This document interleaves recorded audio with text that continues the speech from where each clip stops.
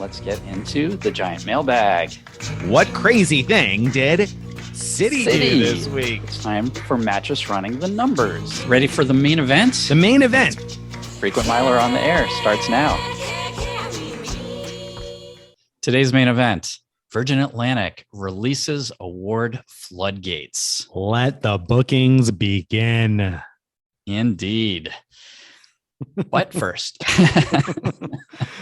now Virgin Atlantic had big news this week, and we will get into the details, but short version is that awards are wide open. So we'll get into how best to take advantage of that. May the miles First, be of ever course, in your favor.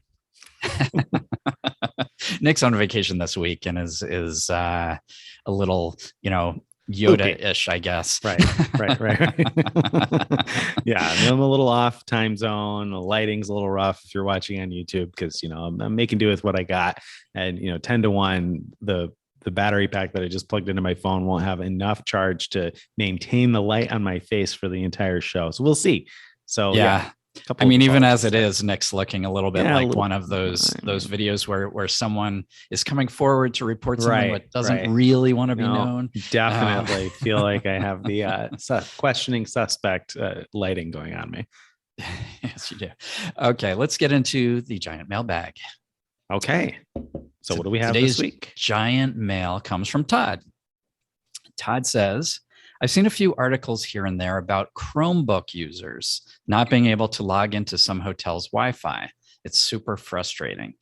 When connecting to some hotels' Wi-Fi systems, the systems redirect a person to a login page to typically input name and room number before you could get onto the Wi-Fi. You've seen this in a million places. Just a few minutes ago. Yep. And what he's saying is that with Chrome, not like a Chromebook, not a Chrome browser on a regular laptop, but with a Chromebook, it thinks that you're going to a site that's trying to hijack your browser, and so it stops it from doing that because it thinks it's a security risk. Whether or not he's right about the cause, the issue is that he's not able to get on, and a lot of people apparently aren't able to get on hotel internet because of this happening. And he stumbled upon a solution. He said, open an incognito browser window and go to the hotel's own website. And then it will bring up the thing asking for your room number or whatever else it asks for. Sometimes all it is a button, agree. And it's so frustrating if you can't get to that one. Can't get that. No, it is. Yeah. It is. And I think that this is a true story because when a few years ago now, I guess almost 5 years ago, I think I bought a Chromebook intending for that to be like my main work computer. Maybe it wasn't 5 years. Maybe it was 3. I don't know what it was, but I intended for that to be like my main blogging computer because it's easier to travel with. It boots up quickly. It was pretty small and thin, but still had everything I needed. And then I just became really attached to a couple of Windows programs. And so I had started kind of using it a bunch, and then I kind of abruptly stopped and bought a new laptop. And so I had kind of forgotten about this, but I had this same issue. I remembered after I saw Todd's message that I had that same issue with the Chromebook over and over again.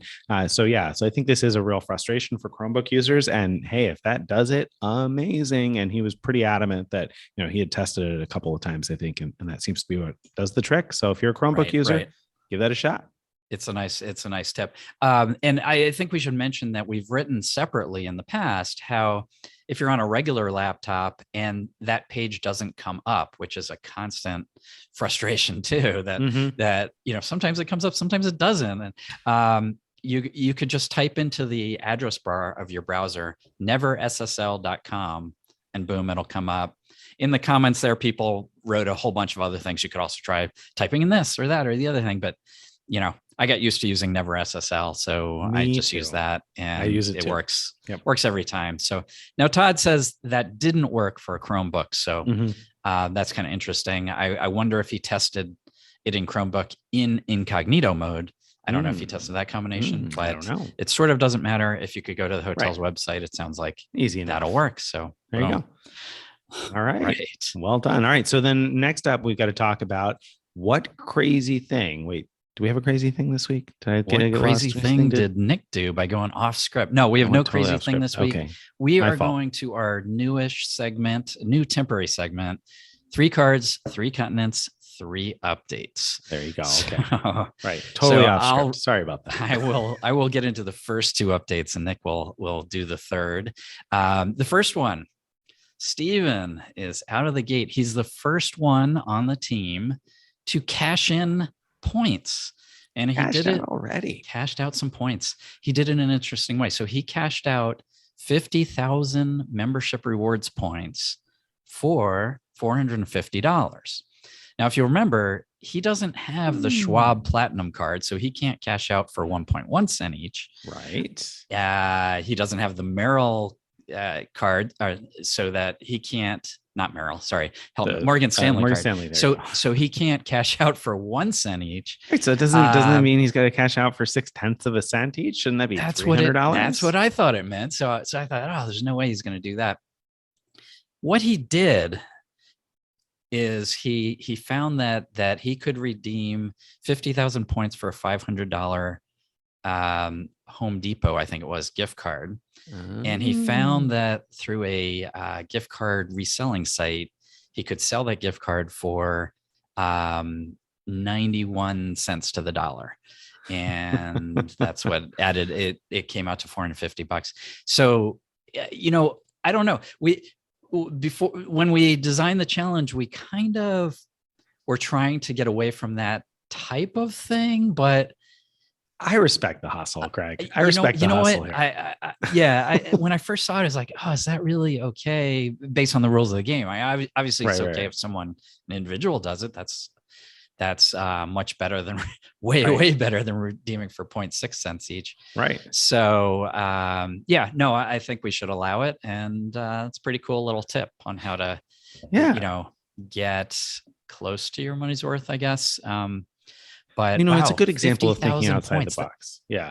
Well, 50,000 points. Yes. No, 50,000. He just spent 50,000 points for cash back for $450. So and he's already got a bunch of cash back with his Inc. Business Unlimited, right? I mean, that's all cash. Yeah. That's a lot of cash. It made me wonder, could he not have signed up for remember the business gold card? There was a $130K offer. Right. And signed up for that. And had cash left over because that has a lower annual fee instead of cashing out 50,000 points. I don't know, but he's got something going on there. But he does. He does something. You're right. I have to imagine that might have been part of his backup plan. If I had taken the 150,000 point offer and then he just couldn't refuse it. Although, I agree. There might have been a better way to do that, Mr. Stephen Pepper. But you could have left that platinum 150K offer to come back around to my turn. But well, he that actually might be it. He might have been playing a little defense and making sure that neither of us grabbed it.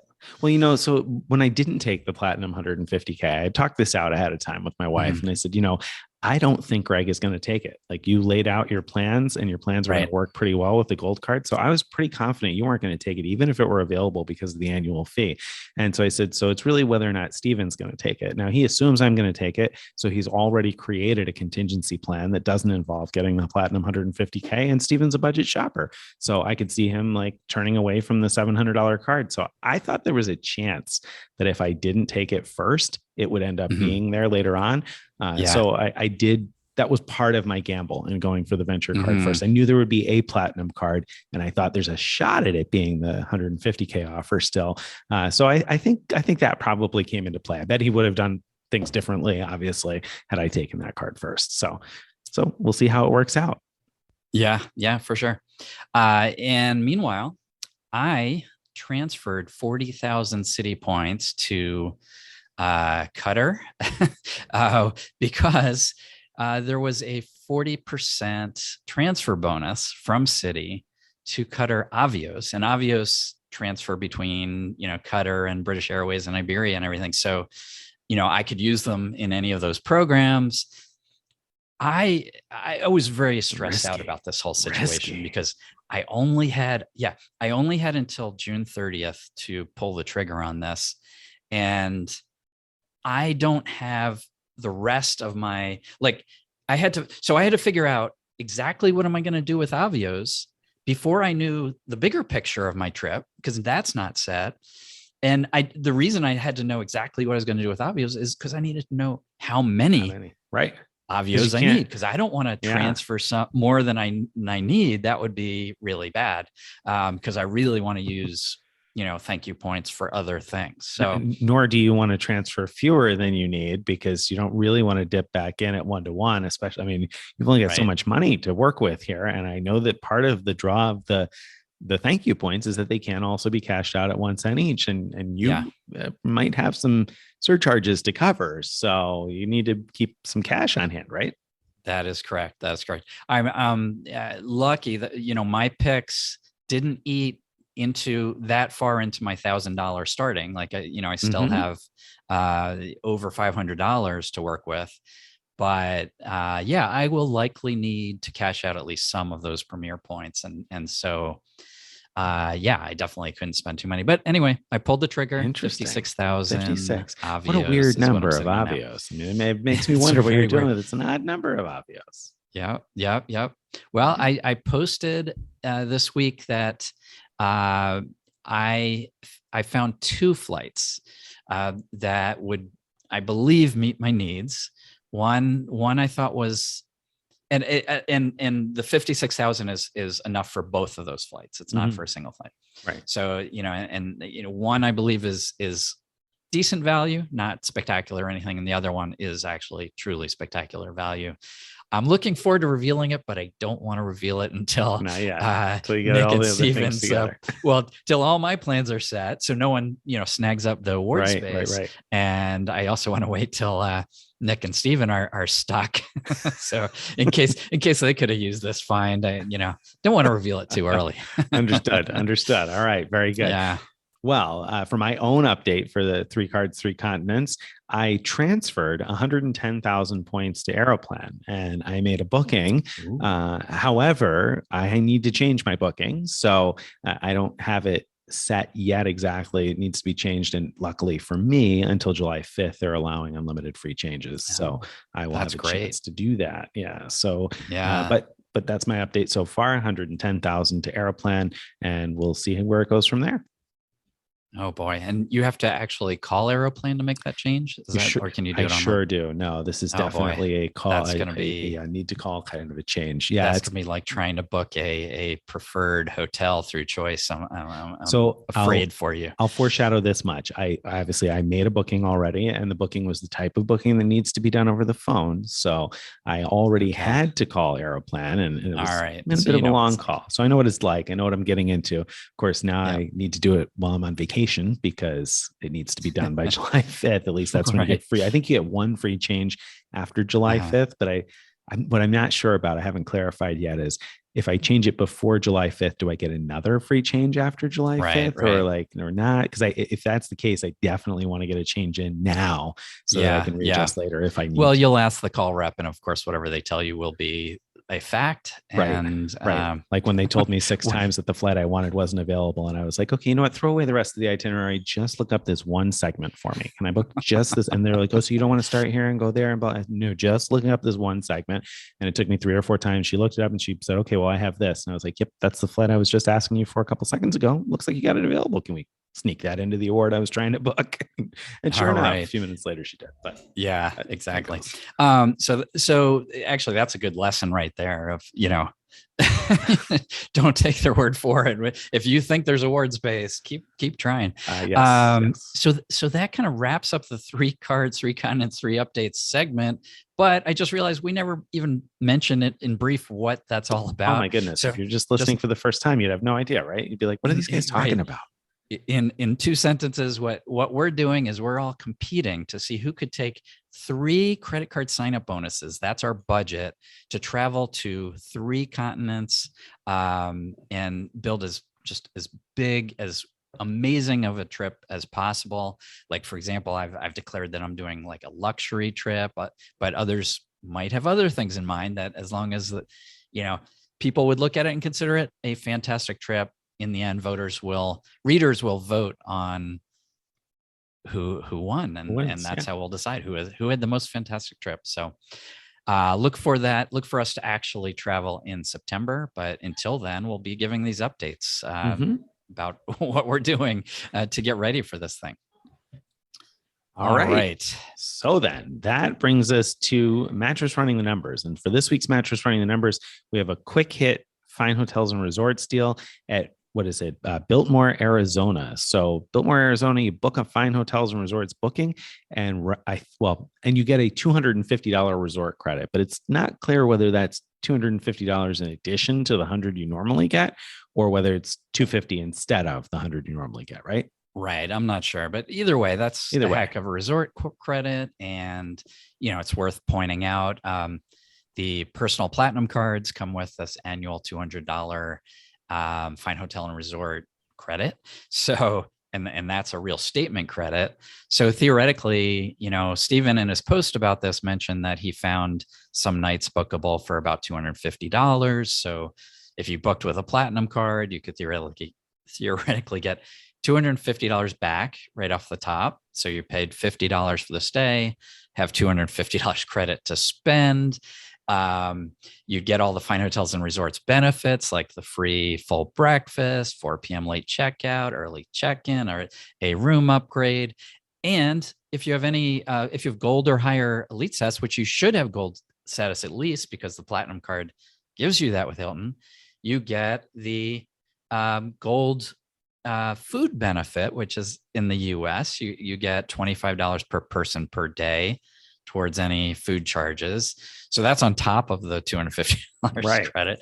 So you could go pretty wild with this. I mean, I'm going to be looking. This was news to me because the last couple of days have kind of been a blur. So I only just heard about this before we started recording, and I was like, whoa, I need to plan a trip to Arizona. So Arizona was already kind of on my mind. So now I'm like, okay, well, we got to make that happen, because that seems like a mattress run worthy deal to me. Yeah. Now, I think I need to mention a small little detail that might make you a little less enthusiastic. The deal ends for stays ending by October 5th. Mm-hmm. So that means that, be prepared for weather of, about 130 degrees outside. Well, I mean, I like 130 degrees though. Now, I mean, my wife doesn't, so maybe that won't work out, but I'd be happy with a little 130 degree weather in my life.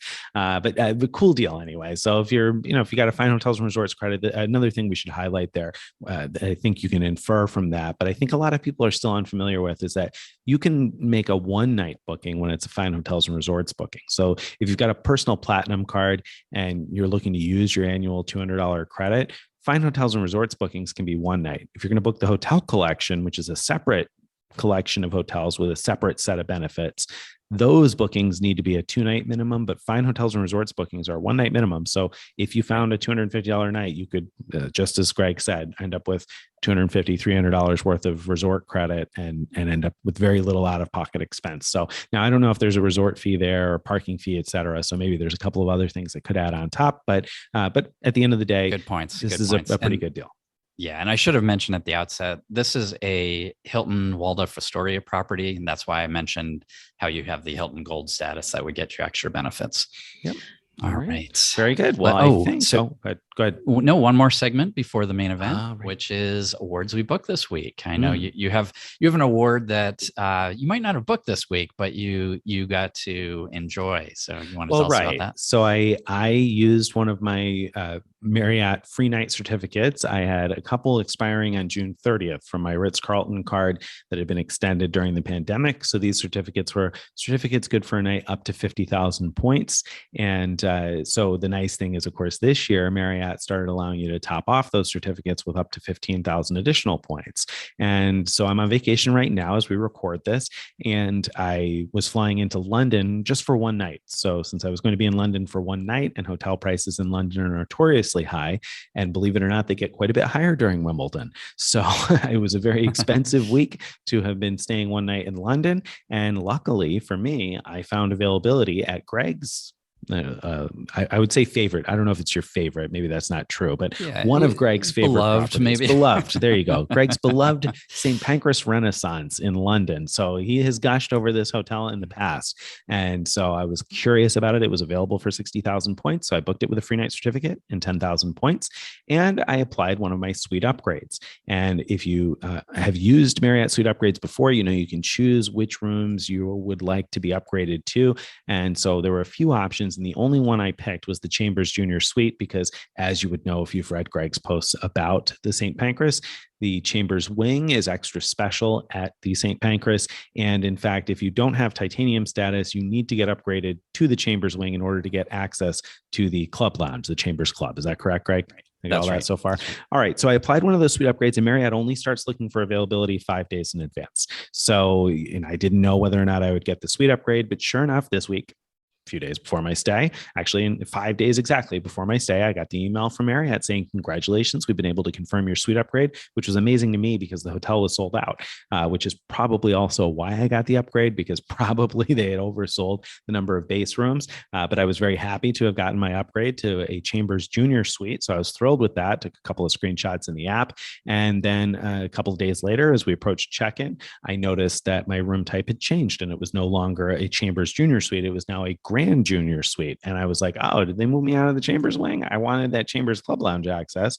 But I looked it up and sure enough, no, the Grand Junior Suite is still in the Chambers wing. So I was pretty excited about that. I looked it up and it looked a little bit bigger, blah, blah, blah.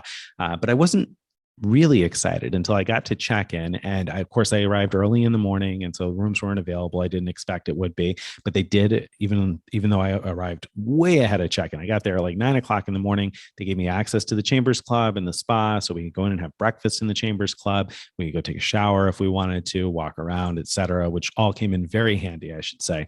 The service was excellent at the St. Pancras. And so when I went to check in, she said, well, I see we've upgraded you to a grand staircase suite and it's not going to be ready yet, blah, blah. And I was like, staircase? I didn't see anything about staircase in the app. Well, what is this about a staircase? And so sure enough, later that day, my room type changed yet again. And now was not a Grand Junior Suite, but a Grand Staircase Suite.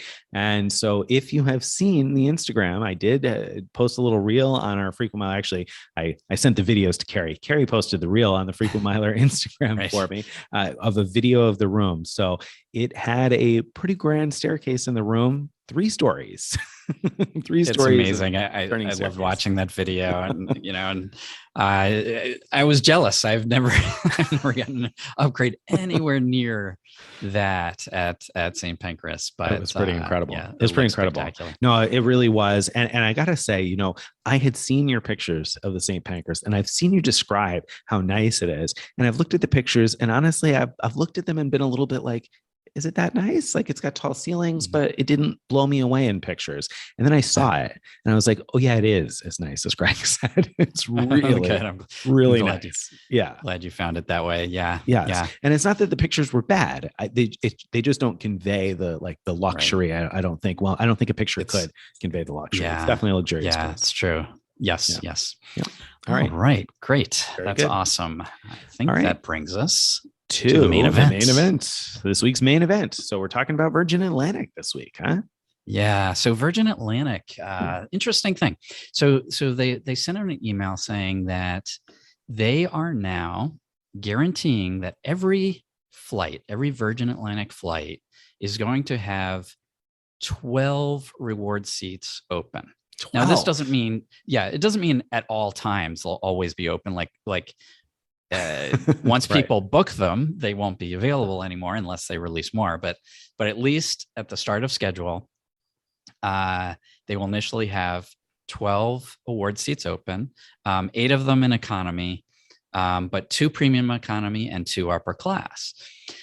So that's the bulk of the news. And what I find fascinating is kind of the timing for this, because we're in this situation today of sort of an unprecedented travel boom.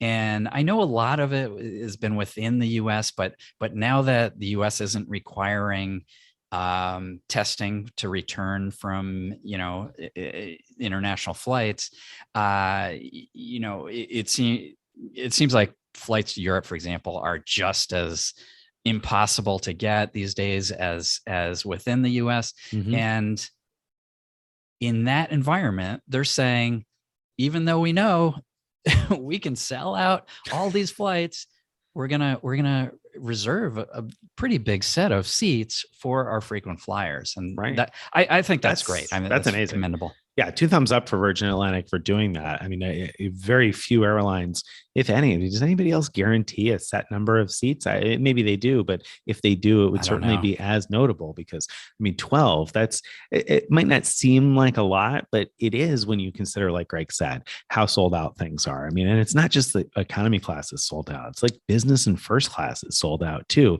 in ways that, on routes that you wouldn't expect. And yeah, it looks like people are actually buying these crazy priced, business class flights and stuff. Yeah. And which is all the more incredible considering that business travel is still down. Right. So I think these are individuals who have the money and are actually buying these things. Right. I don't know. Crazy. It's kind of mind boggling, but, so is this 12 seats? No, go ahead. That it's 2 business class seats, 2 premium economy and 8 economy, but that's not a limit to how many. That's the floor. Minimum. That's the least that are available. And I've looked at a lot of routes, a lot of dates, and it's very common to find 4 or more sometimes upper class. So that's business class seats available. I've been using Seat Spy because it shows me for Virgin Atlantic a whole year of award availability for any given route, all at once visually. And, when I put in 2 adults and I restricted it to business class, and just a couple routes that I looked at, I'll mention New York to London I looked at, and Las Vegas to London are 2 routes that I looked at particularly. And almost every single day had availability on at least one flight for 2 adults in business class. So that's, I can't think, remember ever seeing anything like that before. No, and not only remembering anything like that before, but anybody who's been searching award availability lately knows that is not indicative of the overall trends right now, because finding award availability is much harder. And I know we're in the summer, and summer to Europe is always kind of a tough time to find awards, but it is tougher than normal. And not just the US to Europe routes, even the routes connecting different parts of the world, there's just less availability than I'm used to seeing when I look at things like this. So, and I'm not the only one, we've seen lots of other bloggers post about it. So I think that makes this extra notable, because not only are they doing something that other airlines aren't, but they're doing it at a time when nobody else is releasing much space at all. So that's pretty awesome. That's pretty cool. But of course, it comes with a couple of potential problems here, right? Because absolutely, big issue that stands out to me is, okay, well, I've never booked a Virgin Atlantic award, not because I couldn't find one. Maybe I couldn't. I don't know. I didn't usually look because the surcharges are so high, right? They are. It's like they're insane. Round trip, New York to London, business class. Mm-hmm. The number of miles, not that much. It depends on whether you're looking peak season or standard. But even at peak, I think it's like 59,000 or 57,000. So I don't know, somewhere in that range points one way. Mm-hmm. So 115-ish thousand, 117,000, something like that. Right? On par with what other people charge in terms of the number of miles.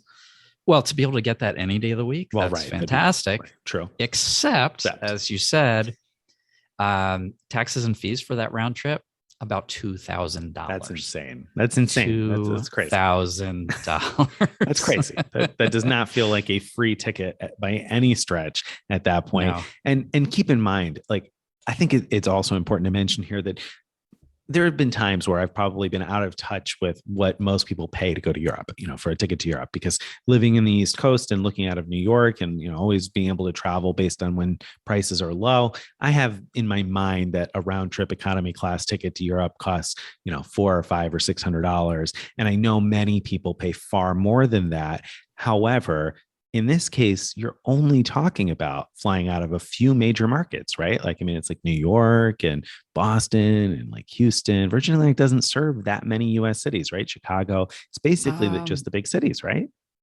I mean, they fly to, I want to What's say the something smallest like city that they fly to? 12 different ones. 12. Oh, I that's don't know. I better than don't know if that's I better don't than I know off the top of realized. my head, That's but better than I realized. uh, Because my thought was that it's not even like, like if you live somewhere small, you're still going to have to position on top of that. So, yeah, it's not even like you're going yeah, to be able to it's book that you're together right. as It's one thing. It's like you're booking a very expensive ticket to me at that point. You're It's right. like, You're right. But let me say before we talk about how to get around those huge fees, let me say that if you are in one of those cities served by Virgin Atlantic and you're thinking about paying the full cash rate for a business class round trip ticket, it probably is a good idea to pay instead of paying the let's say $5,000 round trip, pay 2,000 and use your Virgin Atlantic miles maybe. to I mean, sort of upgrade. yes, certainly that's the case if tickets are $5,000 or $10,000 round trip. But we've seen, I don't know, I've seen business class round trips to Europe in the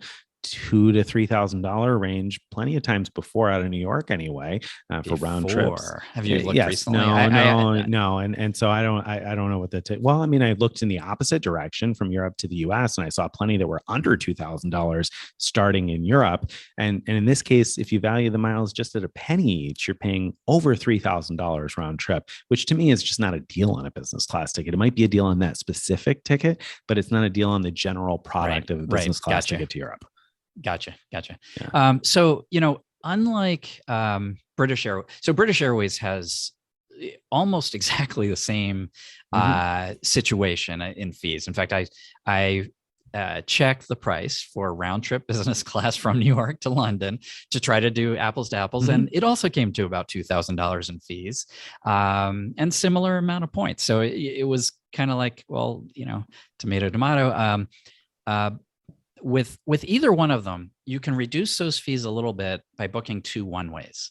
So it's actually cheaper in fees to book one-way New York to London and then book one-way London to New York.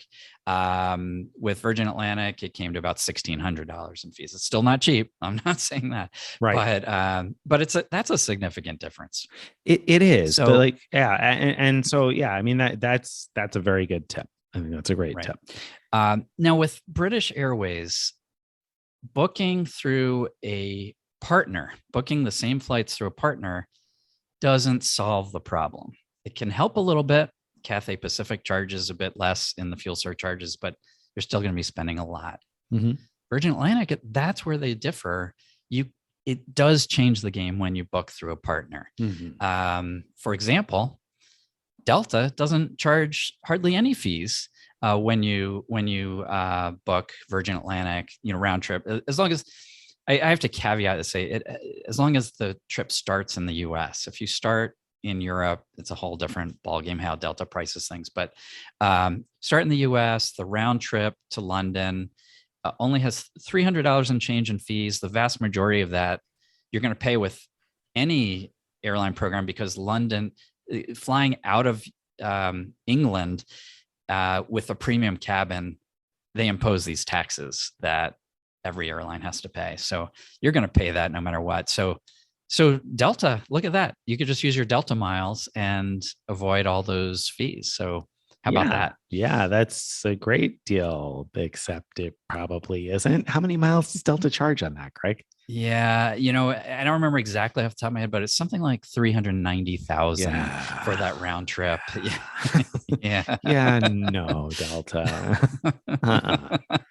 Not gonna happen. Nice try, but no. Yeah, I mean that's way too not many. the way to go. No, I mean, especially when you look at things like the pricing on really just about any other Star Alliance carrier, right? If you look at awards, I mean, United charges what 77,000 round trip, or I'm sorry, 77,000 each way on partners rather, so 150, 160 round trip, and that's about the most expensive Star Alliance carrier to and from Europe in terms of the number of miles. I guess Aeroplan might come out to more depending on where you're going, but ANA 88,000 round trip. Now you'll pay some fees on Lufthansa, and Lufthansa Group Airlines, but not as much in fees. And there are airlines where you would pay no fees. So paying 300,000 plus or 400,000 miles round trip, that's just like a non-starter for me.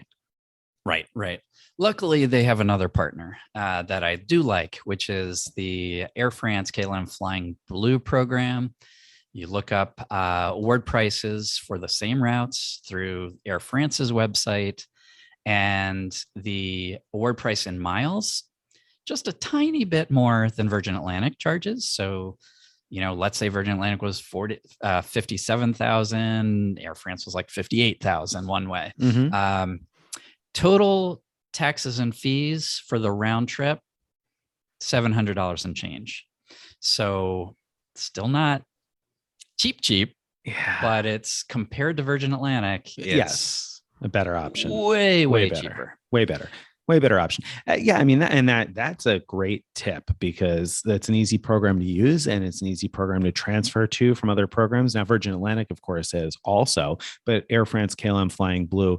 My point is the points aren't any harder to come by. Like if you have any transferable points, then they basically transfer to Air France Flying Blue, right? Is there anybody that doesn't transfer to Air France Flying Blue? No, Air everybody France, does, I right? believe has them all, and Right. there's one that doesn't have Virgin Atlantic. I can't remember off the top of my head, but yeah, everyone's got Air France as a transfer partner, so it's very easy to get those Air France miles. Let me sweeten the pot a little bit. Okay, you're going to need to. Still because, not. No, I'm not. Because because you're still not thrilled about spending 700 and change. And let me explain why I'm not. Because I just made that comment about my idea of the business class price round trip to Europe. So I looked up a random week in August just a few minutes ago, and the cheapest round trip business class New York to London was TAP Air Portugal at just about 2,000 euros. Because I'm in Europe right now, is what it's showing me. So I don't know, less than 2,200 US dollars anyway, because it was less than 2,000 euros. So the cheapest option is around 2,000 ish, a little over $2,000. Now the Virgin Atlantic flights that week in August of this year, so we're talking summer 2022, those were like 5,000 euros. So okay, you'd be better off booking it any of the ways we've talked about so far. But then I picked a random fall week in October, and Iceland Air has business class, as I am speaking right now, at 750 euros round trip.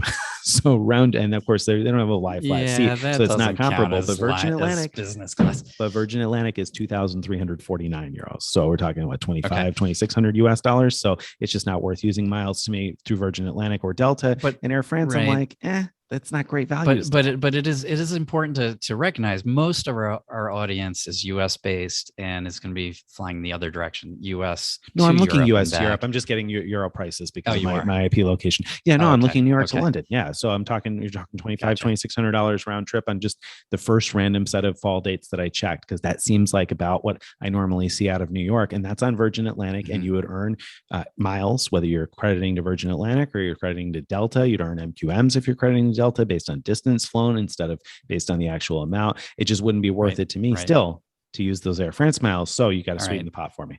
All right. Well, first of all, let me say I was finding these rates in peak summer, like mid-July, really whenever you wanted almost. Good point. So, that's a whole different ballgame there.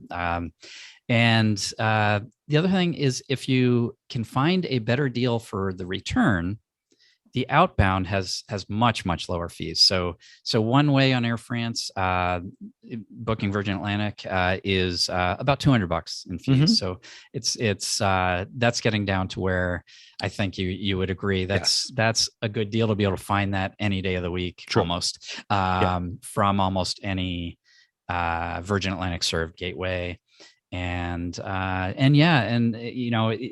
you can.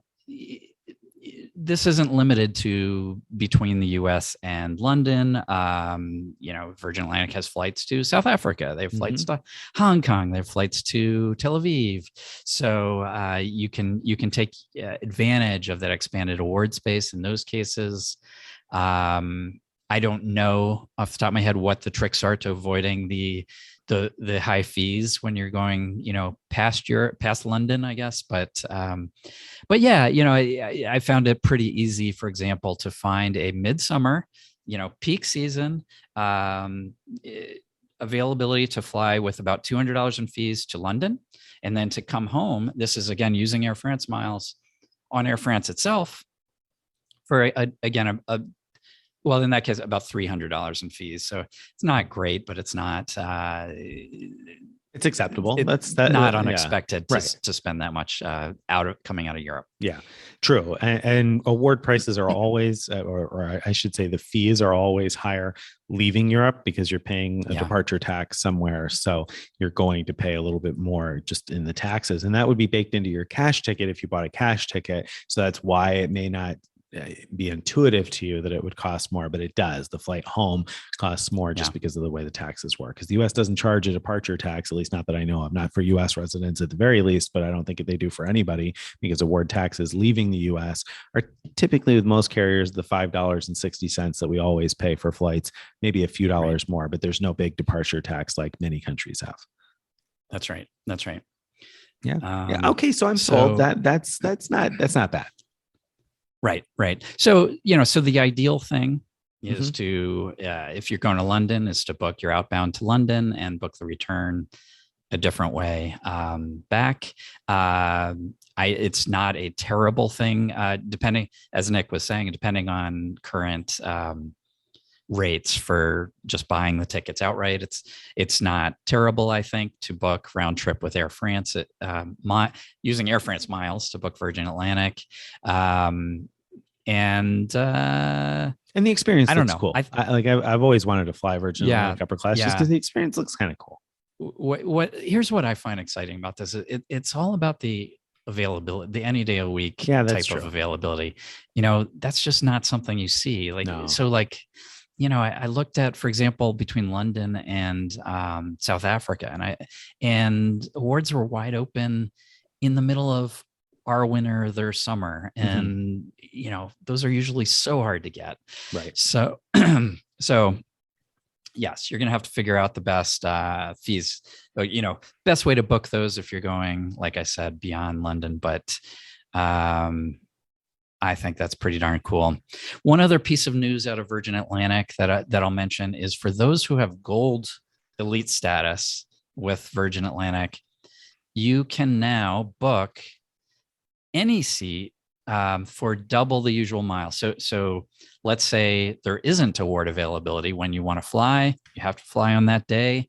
You can still book it for double the miles, same taxes and fees. They don't double those. They don't double the taxes and fees, but you can't use the Air France trick there because you have to do it Virgin Atlantic miles. You also have to book 60 or more days in advance. So that's kind of a damper on that little benefit. So I'm not that excited about that benefit, but if you have gold status and you have to travel on that particular day, and I don't know. I could see it maybe for like special event times. Like I was just in London during Wimbledon, so that comes to mind as a time when when there's an event like that, or an Olympics or a World Cup or whatever else, and you're trying to get somewhere and there's no award availability because nobody's releasing any at all. Well, and then I could see where you are planning more than 60 days in advance to attend the event, and you just want to be able to book a seat using your miles. So I guess I could see the situation where that may be appealing. It's not what I would typically prefer to do, but I can see where that might appeal to somebody. I think it'd be much more useful if you could do it even at the last minute, because then if an emergency comes up or something and you need it, to me, that's the time when I'm okay using more miles, when it's like an emergency type of situation. I have to get somewhere for something. And so it's too bad that they didn't make it that way here, especially because really that last minute, it's like that's a spoiling inventory, right? It's like, it's going to go unsold at some point. I don't know. Maybe they know it's not going to go unsold, though, I guess is the thing. They seem to think that it's not, so they don't need to make this available. I wish they would. I agree. So that news is kind of But overall, this is probably good for a lot of people. I think it's really good, and there's a chance that this might mean that it'll relieve some pressure on finding awards with other airlines as well. If it means people are finding these easily and booking these instead of whatever else, maybe we'll see some more availability elsewhere. Even better would be if some other airlines would copy this technique. Right. Well, and obviously Delta has some tie-in here with Virgin Atlantic. Maybe the people of Virgin Atlantic can, chatter a little bit to the Delta people. Virgin Atlantic, if you're listening, hey, talk to your friends at Delta. I don't know what it would mean with Delta though. It would mean they would release 2 seats that cost $390,000 round trip. They already do release 2 seats on every flight. It's just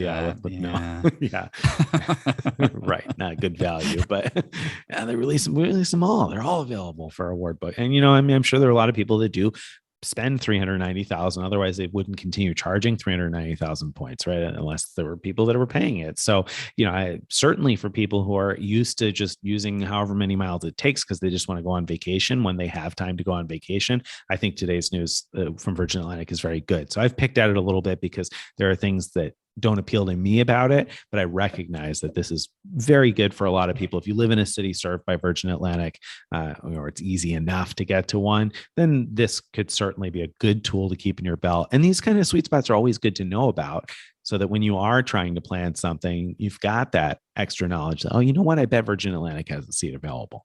So exactly. It's a good thing to know. Yeah. Yep. And don't dismiss premium economy as well. And that would save on fees as well if you have to book through Virgin Atlantic itself. There you go.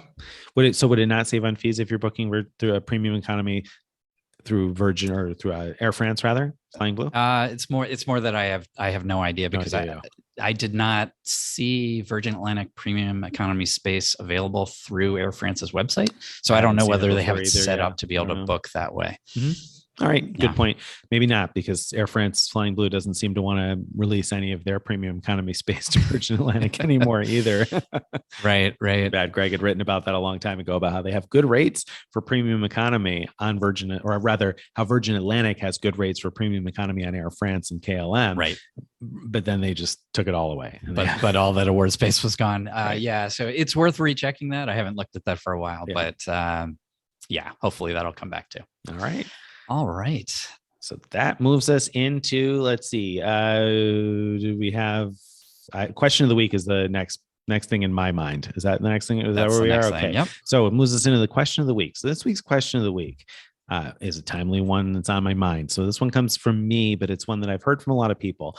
Are Marriott Suite Night Awards worth anything anymore? Now, obviously, I talked earlier about how I used one successfully this week, but what do you think? Yeah. I mean, like in general, are these things worth aspiring to and going after? Not? What's your take on the Suite Awards? Oh my gosh, they're so frustrating. And then you hear a story like yours with your incredible suite, but over and over again, I've been, the times when I've been booking Marriott stays in the past year or two, the hotels just don't even accept them in the first place.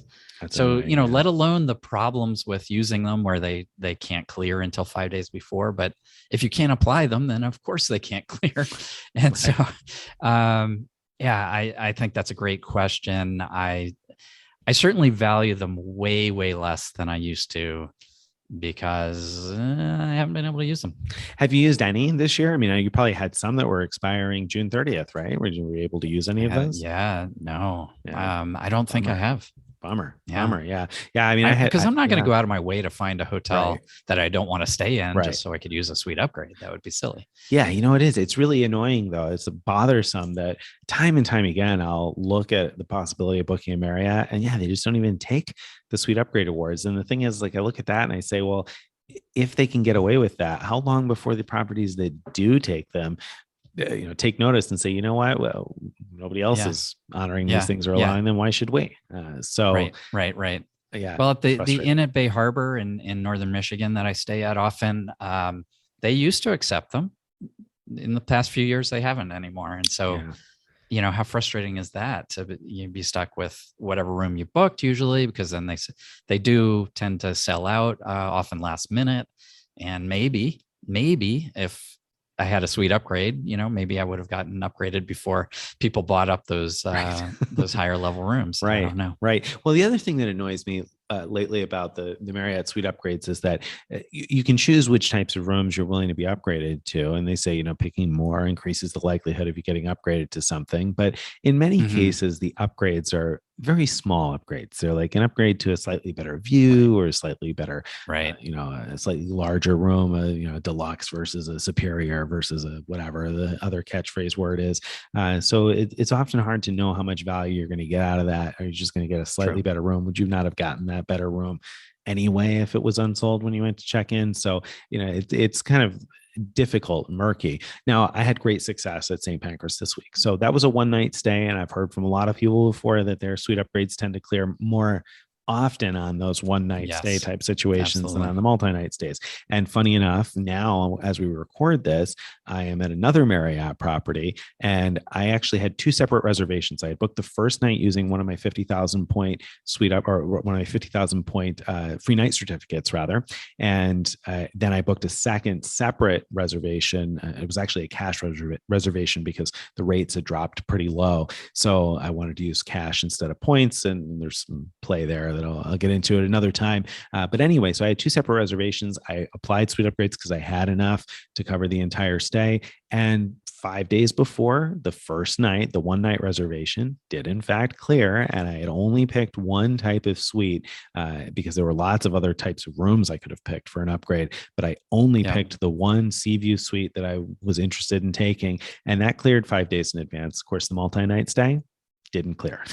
Right. And wasn't available when I got here, and it truly wasn't available to book. Okay. So that was sort of expected, and in the end, they did help me find a suite that would work, that had some of what I wanted and enough space and everything else. So they were really great about working with me on it, and that's certainly been a great start to stay. And I don't know, we'll see, because I just got here today, so I'll talk about the place and all of those types of things later on. But it's been on my mind because I know people have often complained about how difficult they are to use, and it's true, they are really hard to use.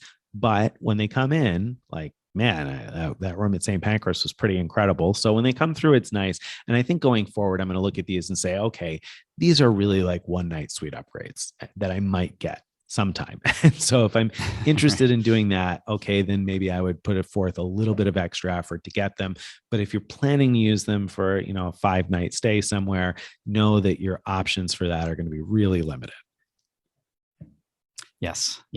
Very good point. Very good point. All right. Unfortunately, I think we're just about out of time for today. So if you've been enjoying what you've been hearing today and you would like to get more of this in your inbox each day, you want to go to frequentmiler.com/subscribe. Again, that's frequentmiler.com/subscribe. Join our email list. You can follow us on all the various social media. You can catch the reel of my suite at the St. Pancras Renaissance on our Instagram page. You can follow us on Twitter, or join our Frequent Miler Insiders Facebook group.